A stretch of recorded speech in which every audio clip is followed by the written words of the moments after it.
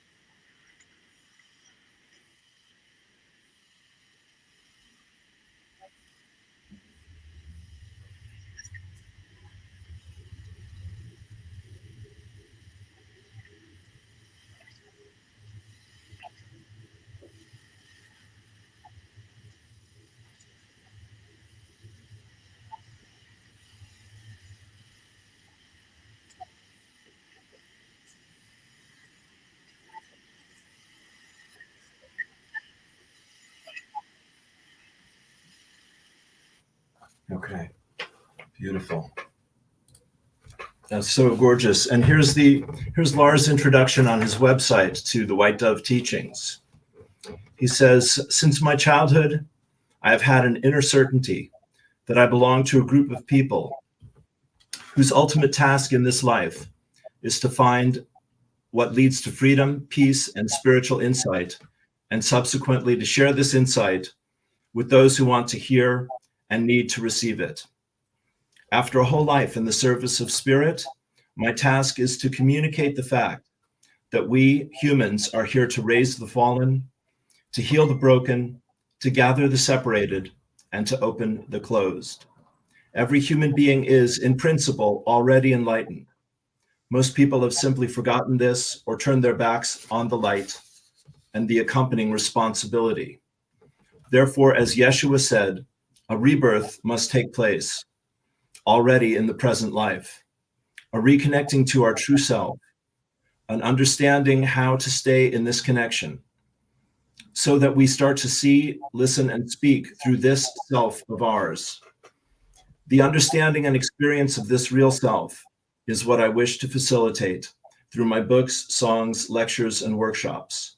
Through my studies of the Aramaic language, I have come to understand the inner principles behind the wisdom of the Essenes and therapists, as conveyed by Yeshua the Nazarene and Miriam the Magdalene.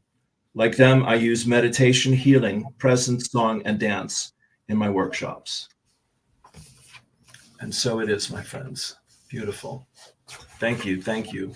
I hope I did that a little bit of justice. So I really want to invite the two of you to just explore these things that you're passionate about with me and my audience here. You've done so many incredible interviews, and you've accomplished and achieved quite a lot, Lars. Especially, I'm aware of your career here, and I know Naleea is the divine feminine embodied with great grace and spirit and beauty and passion, and is helping this great work. So I want to open the floor to whatever you two would like to chat about today. Yeah. You sure you don't have anything in particular that you would like to talk about? Well, all right, sure. I think we can go on forever and ever here, but it maybe more pointed if you somehow have something on your mind that you think is the direction you want to go with this. Okay. Fair enough. I tried. So let me very briefly, your life, Lars, as you shared so beautifully in the seer and in your interviews, you had a traumatic experience at the age of 10 with the death of your younger sister, and it opened you up profoundly to very empathic from that point forward in your life, which was a great challenge and a great awakening. At 15, you received a book anonymously from a Sufi teacher, a book written by a Sufi teacher that basically said to you that spirit is available, and really started you to consciously seek that more with more intent and more focus. Then you had a successful career as a musician for decades, and you had a turning point. You were starting to study the sacred languages, the Aramaic, and go into the history of Christianity and the mystery schools, these things. I hope I'm doing a good job here. And then you were ill for 3 years. And after that 3-year period, you received a 5-minute phone call from a man who became your teacher, your mentor, Kaye de Montségur. And you got up from your bed after 3 years of illness, and you study with him for the next 7 years. And now you come out into the world as a guide, as a mystic, and as someone who's able to, help us understand how to connect heaven and earth, and how to make spirituality very practical and very accessible. Is that fair? Yeah, that's fine. Yeah. Okay.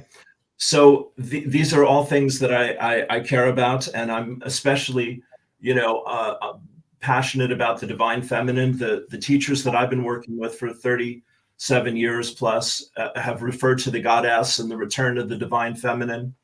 And then we had the whole experience with the Da Vinci Code, popularizing that Yeshua and Miriam were married and had a family. I tend to believe that, and to really humanize and bring all of this down to earth. So I see this is what the two of you are really doing, is you're making what has been so esoteric and so hidden from society and felt so removed, very accessible and very personal and very available. So I'm interested in learning more about any of that or all of that. Yeah, it is something that have been for my part. It had been there already as a young man, so to speak. Not always being totally conscious about what it was, but I think to any man, women is representing. All women are representing in each their way, conscious or unconscious, the feminine principle. Of course they are, and hopefully we as men represent the masculine principle to them. But it of course, the moment that you take that step into the spiritual path and start to become more aware of your connection to that principle and your connection to for us, for our connections to women, and be more aware of how are we able to open ourselves towards the principle, and so there's so many layers, of course. Sure. But to me, it has always been there, and especially when you are also, as I have been, a creative person all his life, you find out that the whole myth about the muse Yes. is really, it's really a very real thing, because when you start to study, for example, our own Christianity, and you go into the Bible and so forth, you find out that, for example, in the first book of Genesis, it says that before everything was created, God's presence, which is a feminine, was hovering over the waters. And there you have it already, and it is part of embodying anything here on earth. It's part of it. The feminine principle is the one who are the gate for all living beings to come into the physical realm. So nothing there's nothing that doesn't come through. You have to go through a feminine in order to be present here in the physical. So Yes. that Yes. also goes when you start to write songs, or if you write whatever you create. There is you have to somehow connect to your feminine principle within. And I'm not convinced that this is something that you can just be done with and understand fully. I think it's something. It's a process that goes on, and it opens up. So Yeah. to me, it has been very much also connected uh, to my relationships, my different Okay. relationships to different women. Yeah. And it's Yeah. always been like every time there has been a new step or a new thing that has been uh, pres- uh, who, which have been presenting itself and have been some kind of gate or door that either should be opened or was open, inviting me to have new experiences of the process of creating, and also yeah to have new experience of how that principle works within me. Because it is something that is with has to be discovered within each one of us, the Yes. masculine and feminine principle and how they work together. It is said, in the Gospel of Thomas, that when the two become one, they will be able to move mountains, for example. And Yes. that's a very good um, image to clarify what we are talking about. When the two become one, then the next thing is to what does that mean when the two become one?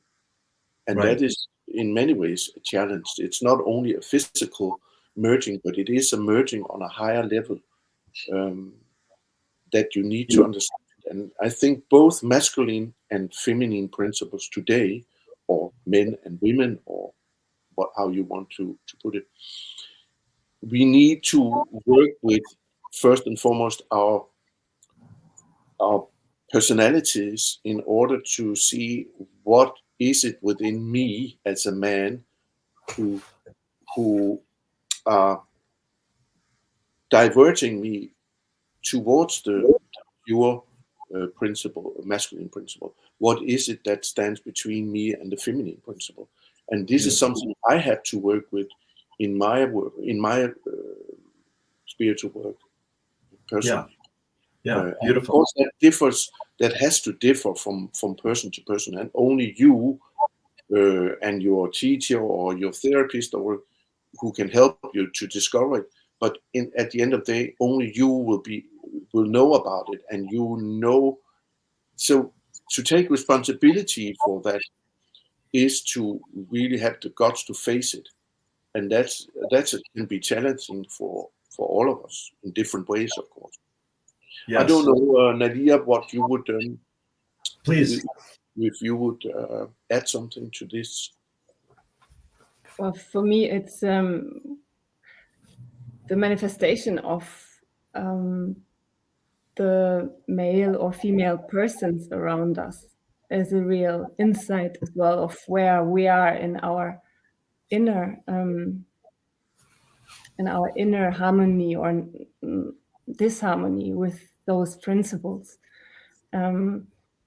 I find it really, really fascinating. For example, when you take these archetypes of, for example, the knight and the maiden, and just take them away from man and women and take them right into the principle.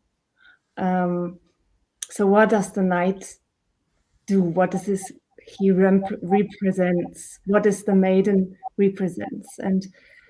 And taking it even further into all these aspects of that the male principle is leading the female principle, and take it away from men and women, and to say, so if a thought is harmonized, it is nurtured by the feeling, and other way around.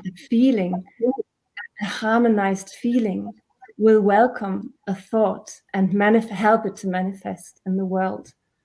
So yeah, that there's so much more to kind of free, take all the cold webs away of all this topic of male and female, and to really use it in that yes, we will have male and female bodies, of course, but to be in balance in us, to really be in balance with both. Yeah. Yeah, beautiful. Yeah, and that's, and I think this time that we're living in right now, the moment that we're connecting here today, that's never been more important. For us to be able to surrender to each other, and to like, I love your quote, "Never give up, but give it up." I've been practicing with that since I heard it, and it's that faith, that trust, that gratitude, that we can surrender to something that's greater than our conscious mind or our body or perceptions, and it will embrace us, it will nurture us, it will inspire us, it will heal us. I see that in your work a lot, and it really rings deeply true to me as well. We have to keep surrendering into the invisible and kind of letting go of our attachment to the physical and the visible, and then miracles and magic can happen. Yeah, and letting go of the separation, I think, as well, because to me, one of the most important shifts happened when I really understood that we are personalized God conscious, like God is consciousness, and each individual is personalized God consciousness. So there is nothing else than that. And that's why, like, to let go of the separation, that we build up like towers, talking about archetypes, like to leave us held captive, like the princess captive, and Yes.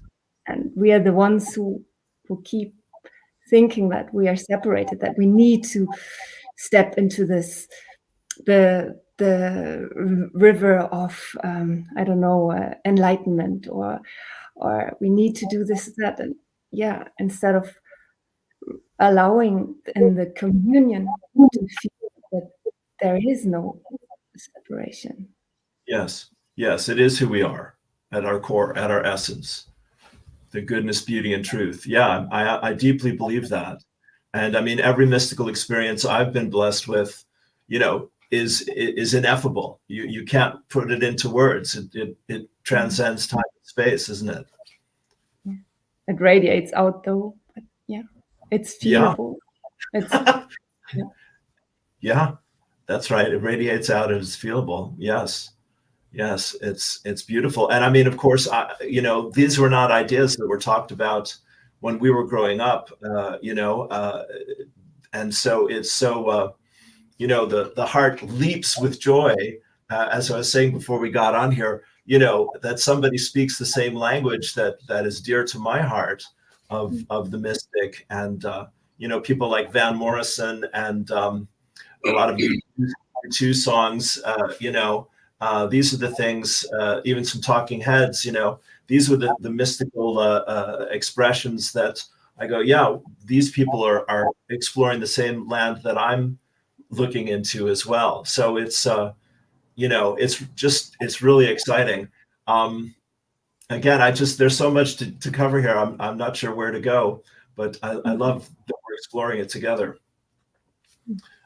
Lars, I mean, you started off as a musician, and music is dear to my heart, as you can hear. I play and sing and write as well. And every time I do that, I'm absolutely lifted out of myself, and it's transformative and liberating. And then I come back to, the little mind. I'm curious what practices you both might do individually or together, to keep yourselves in the flow of your spirits. Can we talk about that at all? Yeah, we are both we are doing every morning 9 o'clock. We have a gathering for those who have been connected to our education, or what you call it, the divine deacons. and those who from there who want to join us, we just go into that frequency every day 9 o'clock. And beside that, we each have our, I think that's the real magic of being incarnated, is that there isn't a moment that doesn't represent an opportunity to do spiritual work. I mean, just tell me 1 second that it isn't. It's just us needing to. We are so often find ourselves in problematic or tense situation, and very often we forget that we have the answers to that right there where we are, wherever we are. But of course, when we remember it, it is an opportunity to practice, and the practice we can take with us everywhere. And that's something that Naleea and I have done a lot in our work and in our teaching, is to tell people, you don't need a meditation room, you don't need a church. You are the church, you are the meditation. If you are in a supermarket, wherever you are, you can always go into your inner room, only if it's for 1 minute. It is just that you connect and you go in there, and then you can make a change, whatever. And of course, if you have 5 minutes, even better, 10 minutes. And at the end of the day, it's not only to do a prayer or to do but it is to be present in everything. To be present, to me, is a prayer in itself, and a meditation. It is what we do is what really it's not so much what we say. Of course, it is also what we say, but you know how words are. They are very, very. They come very quick and very cheap in many ways. But at the end of the day, it is what we do. Our deeds that define who we really are. So it doesn't mean that we should not communicate with words, but we should maybe be very thoughtful of what we say in order to align it, what we do with it. So. And that has always been a challenge, I think, but it has always been the work of the mystics and the work of people who was seriously working with spirituality, that they knew that it has that every moment of the life, every breath is an opportunity to do practice and do work. And that's what we are out to do. Yeah, beautiful. And Naleea, do you want to add? That with the breath, to me, like once we really, for example, we work a lot with the understanding that what is called the heavenly kingdom is both inside each one of us and surrounding us. So if you only would concentrate on the breath, and I want to say use, but I don't. So not use, but and you are aware of it, as in you're breathing in that sacred vibration, that the highest understandable vibration that we could connect to. There everything is already, and so you're receiving and you're sharing then that what, like, your highest access, so to speak. And I mean that's everywhere. That can be at any time. It's just on us to remember that. And to me, of course, a corner where you always meditate, or I don't know, a cushion where you always sit on, or whatever. Of course, that will have a calming effect, but that's because you're used to it, because of your subconscious is then receiving that awareness. But in general, no, of course, you don't need anything else than the awareness of your breath. And to me, what is a real help is to understand that we can connect So not the mind in the sense of the intellect, but the mind in the sense of the third eye, the awareness of that we are open for reception and blessing, whatever it is.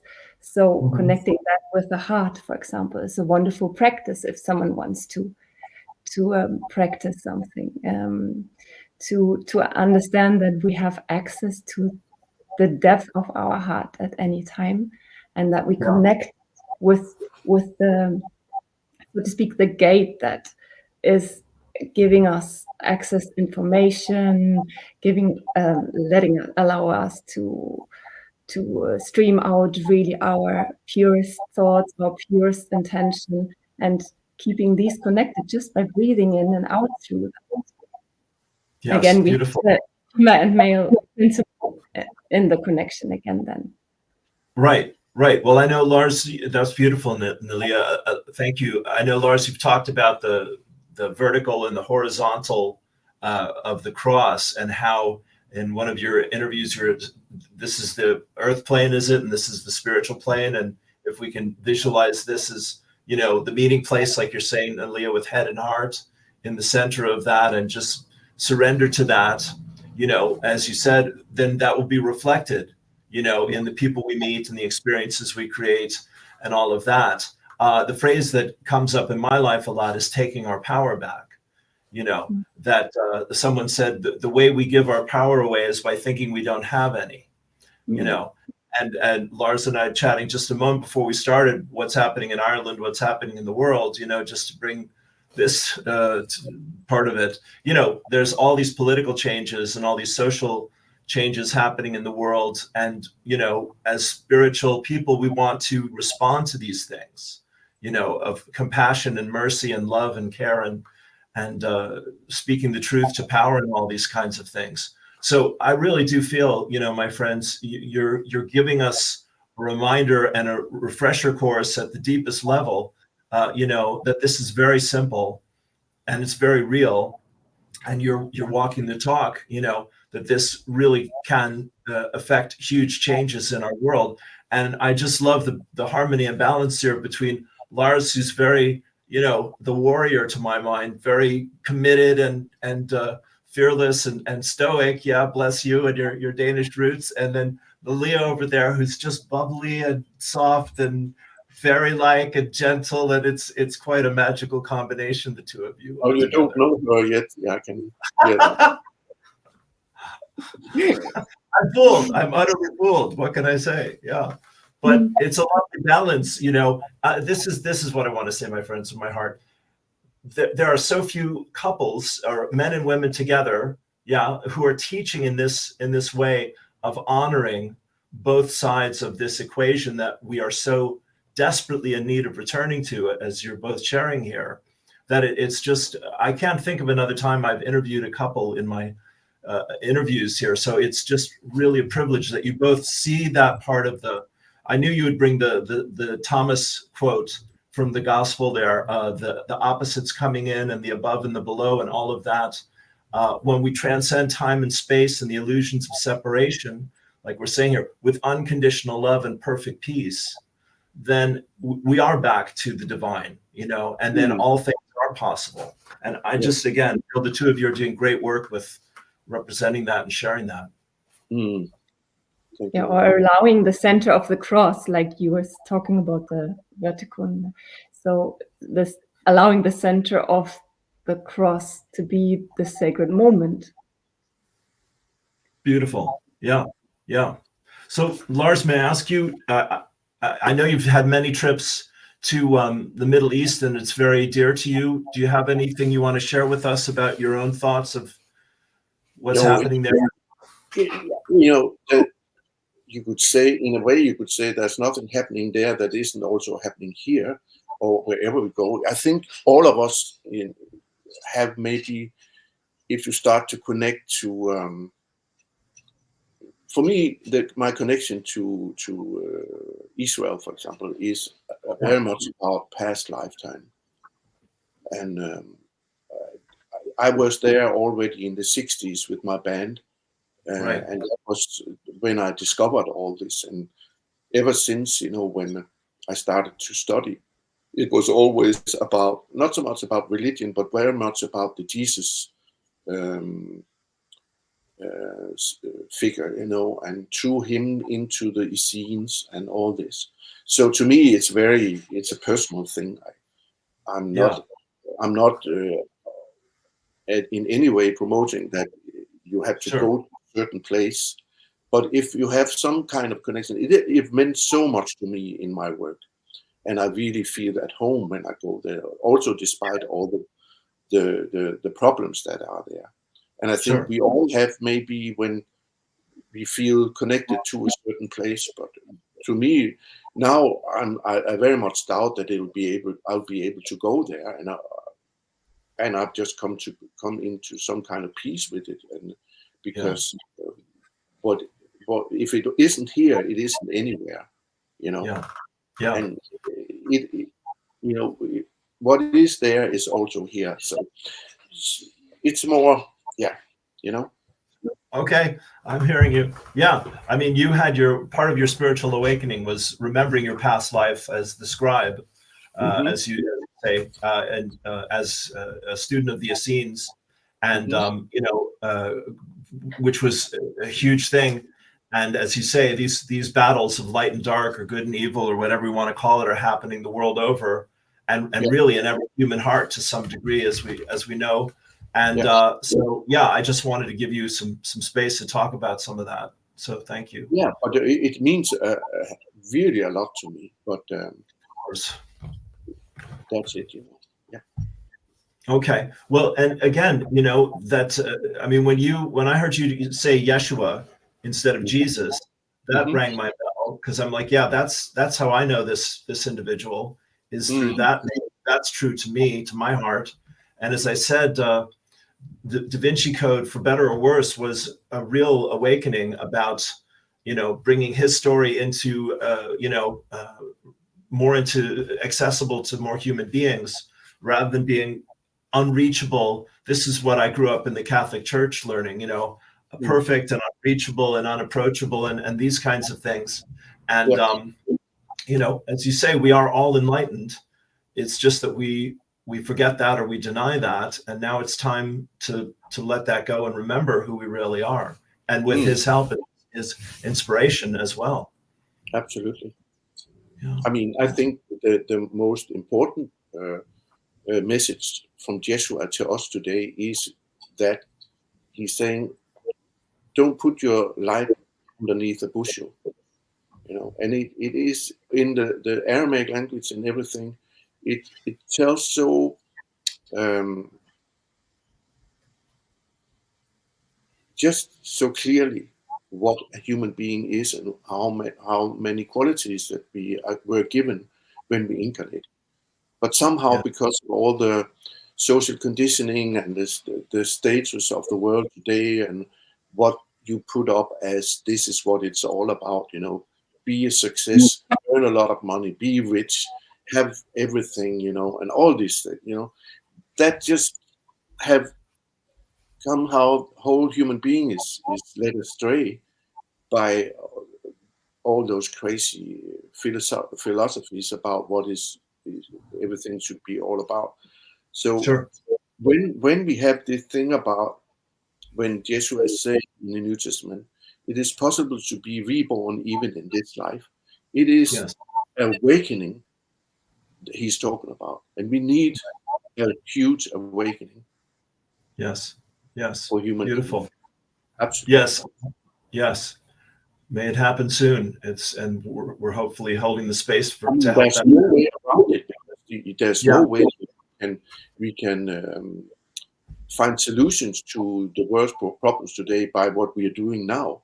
So we Yes. have to connect to what a human being is, or else it will be um, AI and artificial intelligence and war and gadgets and electronic and even more theocratic, technocratic solutions. And it can help us in many ways in our daily life on a practical level, but it will never find any solutions whatsoever, because that's where the gift we were given.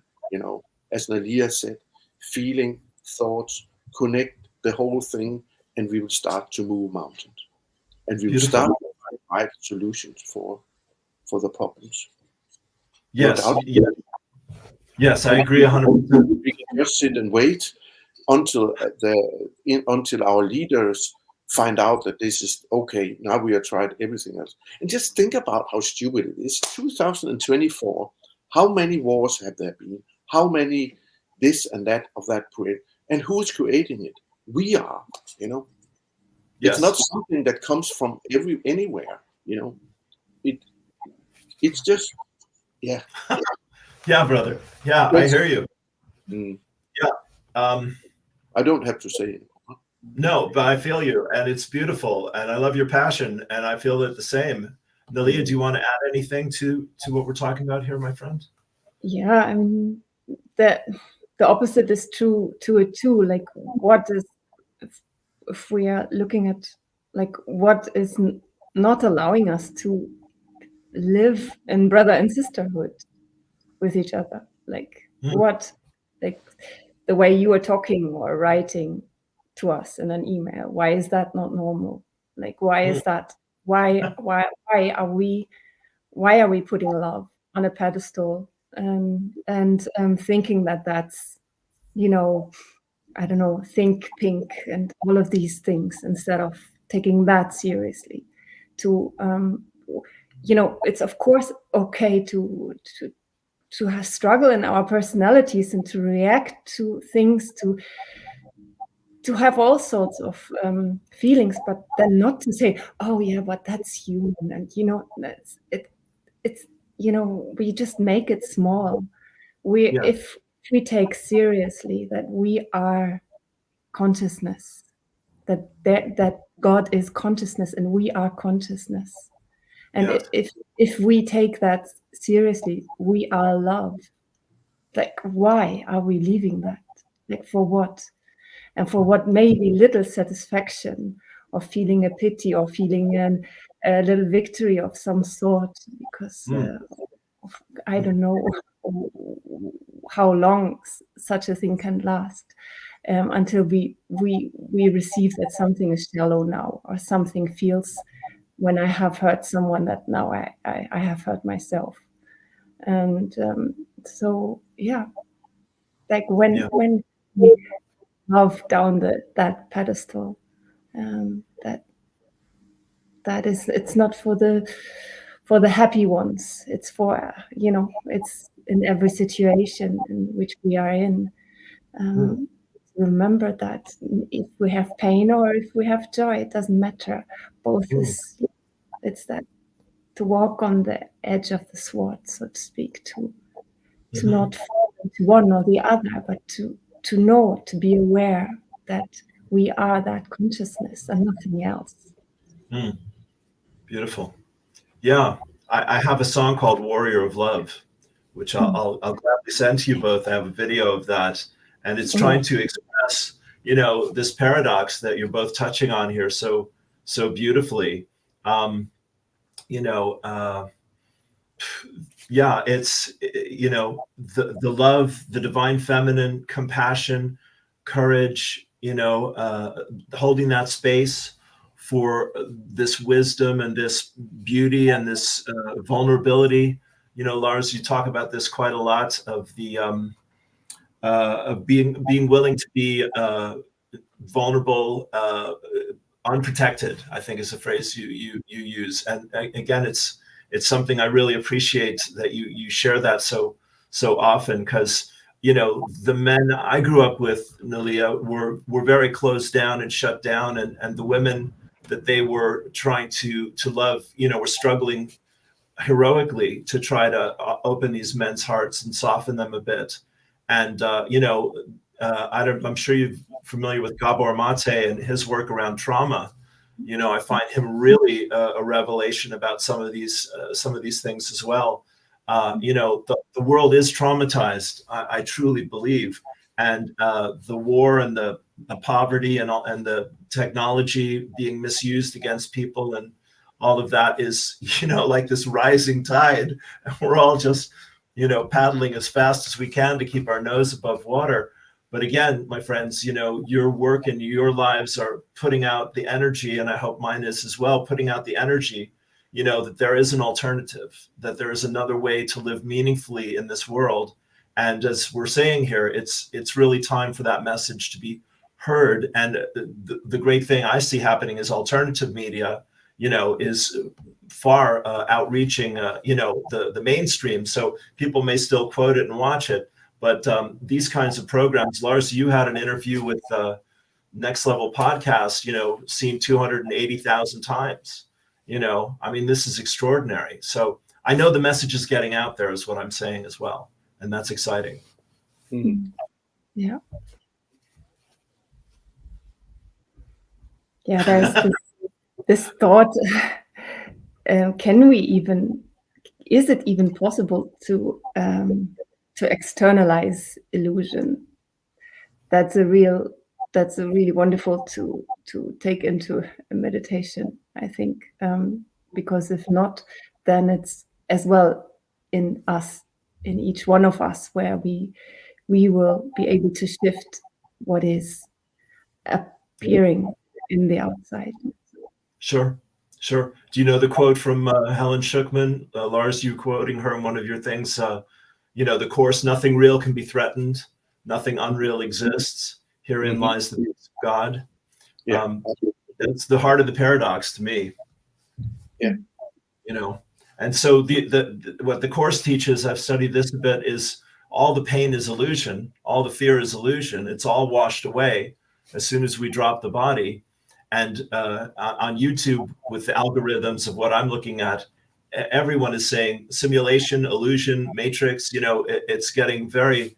Robert Edward Grant is a wonderful mathematician talking about this. It's getting very clear for more and more people. So it's like, if it's our illusion, this is what my teacher says. If it's an illusion, why not create, the illusion that you truly want to be living?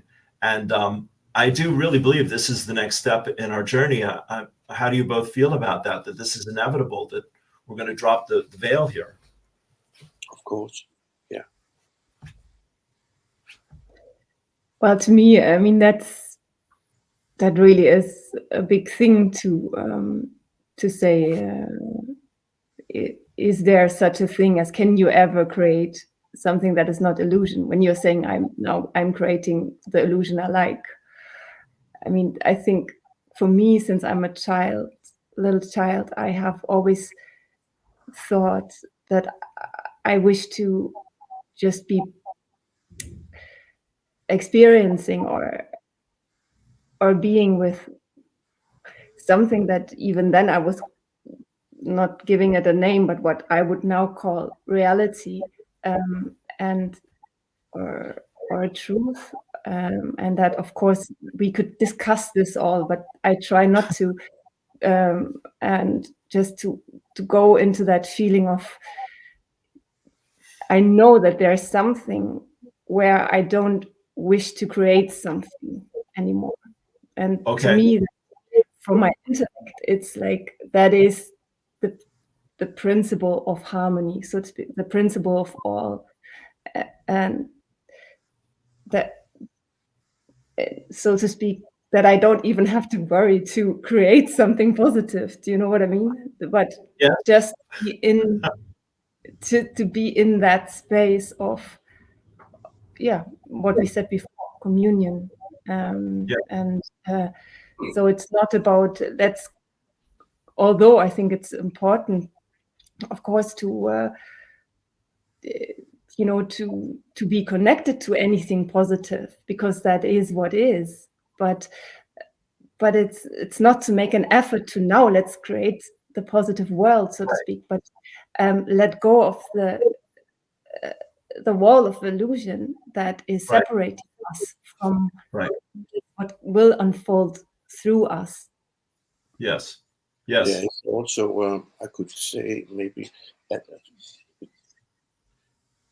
whatever we do, we are creating it all the time, by the way but we could also choose to see the positive in whatever is.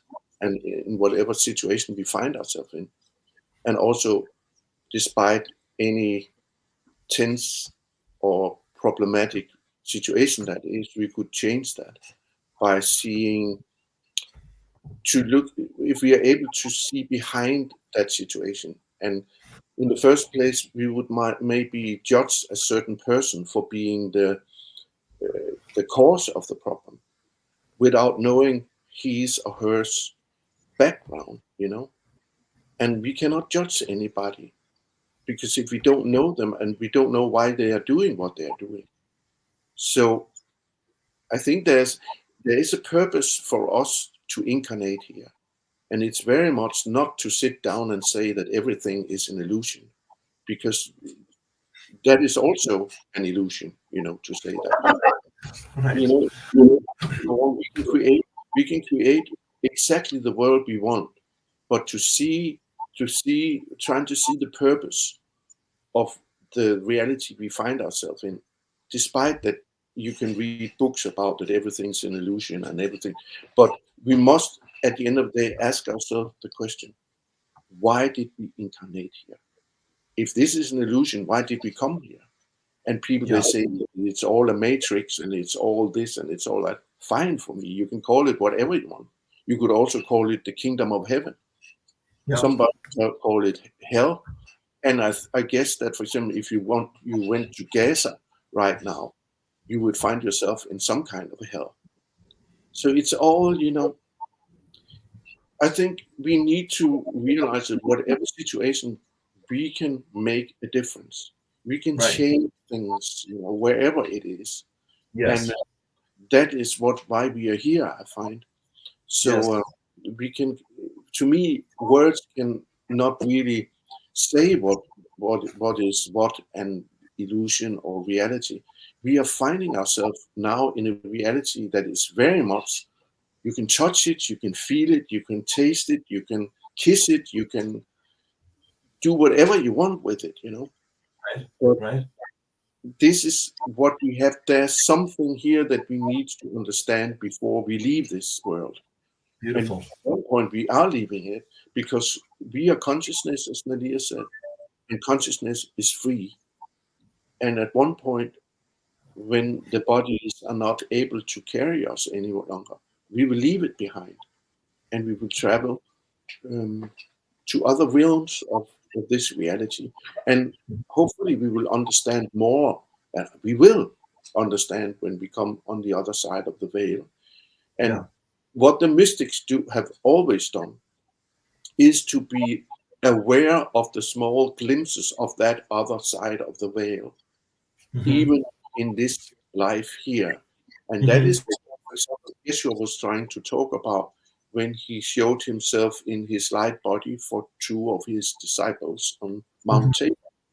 That is, but here is the real I. Here's the real thing, And Wow. and this is part of this reality that we find ourselves in right now. And I think the next step for humanity is to realize, be aware of, that our lives and our beings are so much more than the physical touch and the six, the five senses, We open up towards the sixth sense and the seventh sense and so forth, Yeah. Beautiful. I mean, the temporary versus the eternal, to me, inspiration. I love what you're saying, Lars, and Naleea, you as well, of course. To me, inspiration is where information and illumination meet in the middle, and if I can find my inspiration, my connection, I'll try this, I'll do this, I'll focus on that. That's expanded beyond what my mind and my body, know to be true. And to me, it's my spirit, calling me in this direction. I mean, again, you're both really, giving us such wonderful tools here and embodying the practice, that this is all very accessible. It's not hidden. It's not often a mountain. Somebody else doesn't have your enlightenment or your miracle or your healing. We have it all. if we will do the inner work, and this is what I also want to touch on a little bit. Lars, you talk about the kingdom of heaven is within you and all around you, as Naleea was quoting a moment ago as well. I never heard anyone say that before in my life. The kingdom of heaven is within you. Yes, that part I heard all the time. All around me. Oh, that's great. How nice. So I just want to thank you for that little bit of grace. But that, yeah, as we, like, what I find in my experience meditating, 35 plus years, etc., is that when I'm able to go deep and be surrendered and at peace and unattached, that, I'm a different person when I come through that gateway every time. That's the gift of it. That's the healing of it every time. And as you were saying here, it's to be lit up from within. And then, it's a completely different reality that I step out into. That's what I see more clearly every day. We're talking a lot of people right now about the third dimension into the fifth, and the new earth and a new heaven and a new earth, and these kinds of wonderful ideas. And, I want to hear what you have to say about that. But I as we're saying here, it's within us. If we access it and live from that, we will create it and we will experience it. Does that make sense? Yeah, absolutely. But still we are still finding ourselves in a troubled world. There's a lot of fear for everywhere in Europe. They are talking about more weapons and more this and more that. We are going to war, and we are afraid of this and we are afraid of that. It's just amazing that nothing have really changed, through thousands of years. It's all this fear, and still we reckon ourselves to be very advanced. It's really weird, that we can allow this to happen. Nobody is really. Of course, we say, yeah, we must help Ukrainians. We must, blah, blah, blah. But it's the same way that we backing the Ukrainians. We think that it's all right that Israel is doing what they're doing now. Last time I saw this, there was 20,000 kids without their parents, standing in a queue to get something to eat, and there's nothing to eat. I mean, how can that be? We need to ask that question. To me, that's much more important than talking about the fifth dimension. What do you want the fifth dimension for? It's Absolutely. just some kind of crazy thing, in a world that is still somehow not. We are still 2,000 years older, and we think we are. I mean, it's just hilarious. It's It's tragic. It's tragic. It's Yeah. really tragic, And I think that's something we need to. Can you allow this? Can I allow this? What we need to stand up for and to tell this is not what we want. I agree 100%. That's the warrior, Yes, good. Yes, I'm right behind you, Bill. Yeah. Let's get Naleea in now. Absolutely. Yes, I'm so there, of course. We talk so often about it, but maybe the fifth dimension, or moving towards the fifth dimension, meaning allowing really to live, like to first connect with love and then speak, or first connect with love and then come together in a political situation, or this, again, like I said, it sounds just almost ridiculous to think that our leaders could meet each other with love and respect. Because we're so used to, me included, judging what's happening, and it's like almost a constant projection of, well, they will not be able to solve that the way they are, and all of this, so, but how should change come? It I think really is that calling for a shift that just has to as well flow out of the vibration of that consciousness of love. Like, how else could it be? There's always that way. We have to be peaceful to establish a peaceful society. But of course, then there is that challenge of if we are only looking at our own, I don't know, little radius, will that be enough? Will that bring the big transformation? Well, we can start like that, and then maybe someone who's being called to go on a world stage, someone who's being called to publicly speak, or then hopefully that will be done too. But it has to be coming out of a vibration of loving kindness and peace, because otherwise we're just adding aggression to the frequency of war, or the frequency of injustice. But Yes. it's a challenge. I Yes. agree, because it invites passivity, to say, oh yeah, it's all peace and love, and so it's not like that. Just imagine that ordinary people would stand up and say, we don't want this, because we want love, we want freedom, we don't brother, want sister, no matter of nation, no matter of whatever. Yes.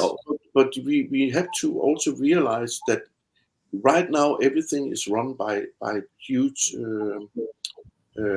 industries, and it's all about money, greed, and power to get even more rich and to get even this more. And as long as these people are leading us, and we have to, it is up to people in general to stand up and say, that's not what we want.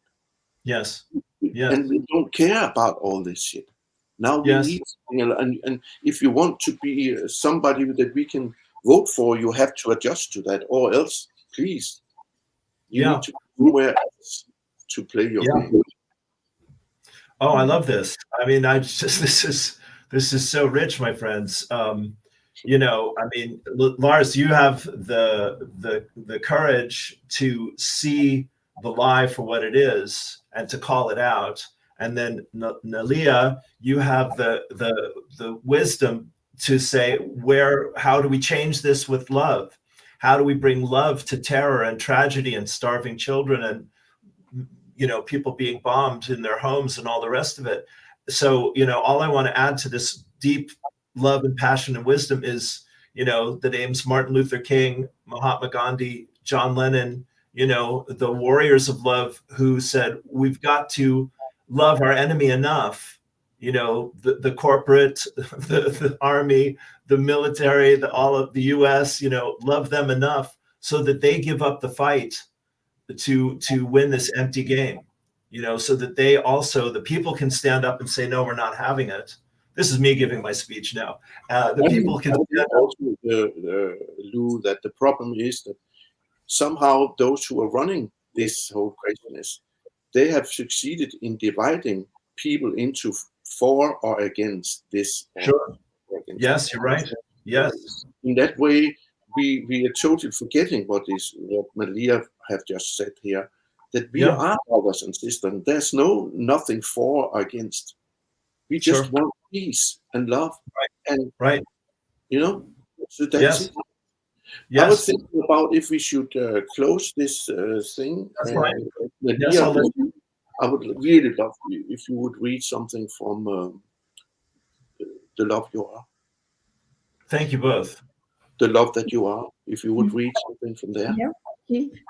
So the last practice of prayer for this lovely get together.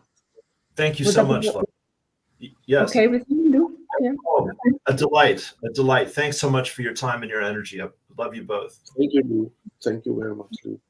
Thank you. So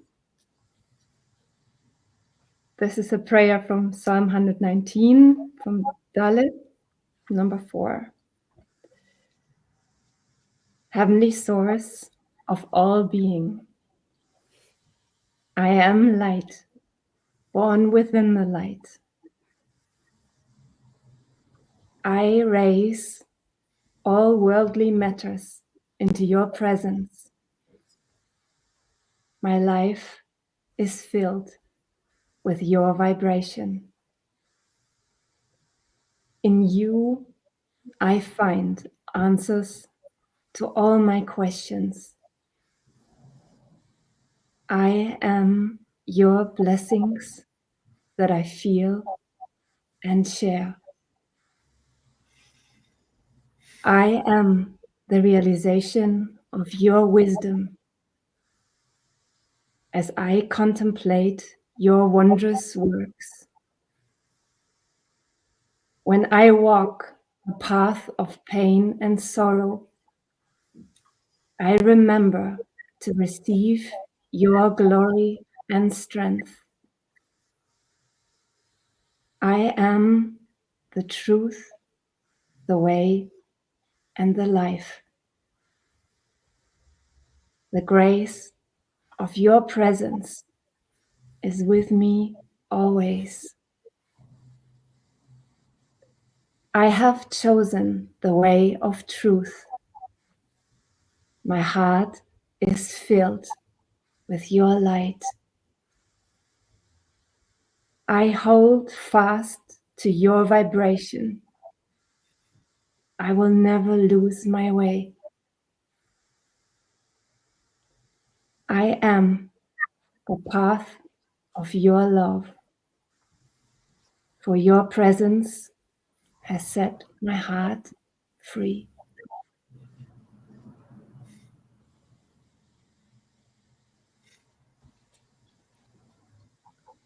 And so it is. Thank you very much. Thank you, my friends. God bless you both. Pleasure. Yeah, bless you, Lou.